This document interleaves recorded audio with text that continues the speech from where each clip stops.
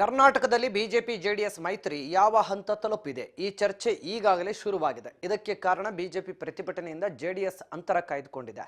ರಾಜ್ಯ ಸರ್ಕಾರದ ಬೆಲೆ ಏರಿಕೆ ವಿರೋಧಿಸಿ ಬಿಜೆಪಿ ಕೈಗೊಂಡಿದ್ದ ಹೋರಾಟದಿಂದ ಜೆಡಿಎಸ್ ದೂರ ಉಳಿದಿದೆ.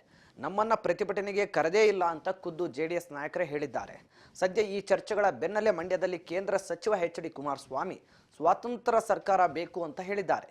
ಇದು ಭಾರೀ ಚರ್ಚೆಗೆ ಗ್ರಾಸವಾಗಿದೆ. ಮುಂದಿನ ಚುನಾವಣೆಯಲ್ಲಿ ಬಿಜೆಪಿ ಜೆಡಿಎಸ್ ಮೈತ್ರಿ ಮುಂದುವರಿಯುತ್ತೋ ಇಲ್ಲೋ ಅನ್ನೋ ಪ್ರಶ್ನೆಗಳನ್ನು ಹುಟ್ಟಾಕಿದೆ.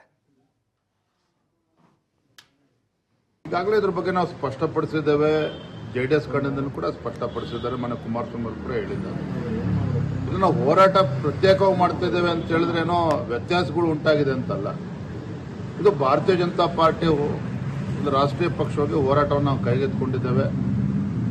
ಜನರ ಮಧ್ಯೆ ಹೋಗಬೇಕು ಅಂತೇಳಿ ಈಗಾಗಲೇ ನಿಶ್ಚಯ ಆಗಿದ್ದಂತೆ ನಾವು ಪ್ರವಾಸವನ್ನು ಶುರು ಮಾಡ್ತಾ ಇದ್ದೇವೆ. ಜೆಡಿಎಸ್ ಪಕ್ಷವು ಕೂಡ ಅವರು ಪ್ರತ್ಯೇಕವಾಗಿ ನಾವು ಹೋರಾಟ ಮಾಡ್ತೀವಿ ಅಂತ ಈಗಾಗಲೇ ಹೇಳಿದ್ದಾರೆ ಮತ್ತು ಅನೇಕ ಹೋರಾಟಗಳು ಪ್ರತ್ಯೇಕವಾಗಿ ಮಾಡಿದ್ದಾರೆ. ಸ್ವಲ್ಪ ಗೊಂದಲ ಏನಿಲ್ಲಪ್ಪ, ಸಮನ್ವಯ ಸಮಿತಿ ಬೇರೆ ಕಾರಣಕ್ಕೆ ಮಾಡಬೇಕು, ಅದನ್ನು ಮಾಡ್ತೇವೆ.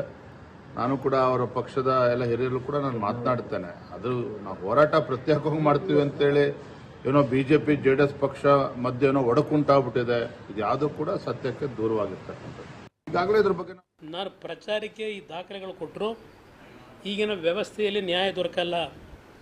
ಅದಕ್ಕೋಸ್ಕರಲೇ ಈ ದಾಖಲೆಗಳನ್ನು ಭದ್ರವಾಗಿ ಏನಿಟ್ಟಿದ್ದೇನೆ. ನನಗೆ ಈ ನಾಡಿನ ಜೊತೆ ಒಂದು ಬಾರಿ ಅವಕಾಶ ಕೊಟ್ಟರೆ ಯುವಕರಿಗೆ ಮನವಿ ಮಾಡ್ತೇನೆ. ಒಂದು ಬಾರಿ ತೀರ್ಮಾನ ಮಾಡಿ, ಎಲ್ಲರನ್ನೂ ನೋಡಿದ್ದೀರಿ.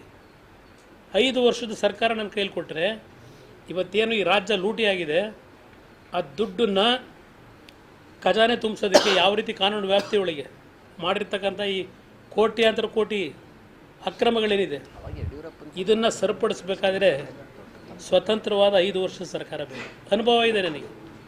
ಡೆಲ್ಲಿನೂ ನೋಡಿದ್ದೀನಿ, ಇಲ್ಲೂ ನೋಡ್ತಾ ಇದ್ದೀನಿ ಆಡಳಿತನ. ನಾನೇನೋ ಒಂದು ನಮ್ಮ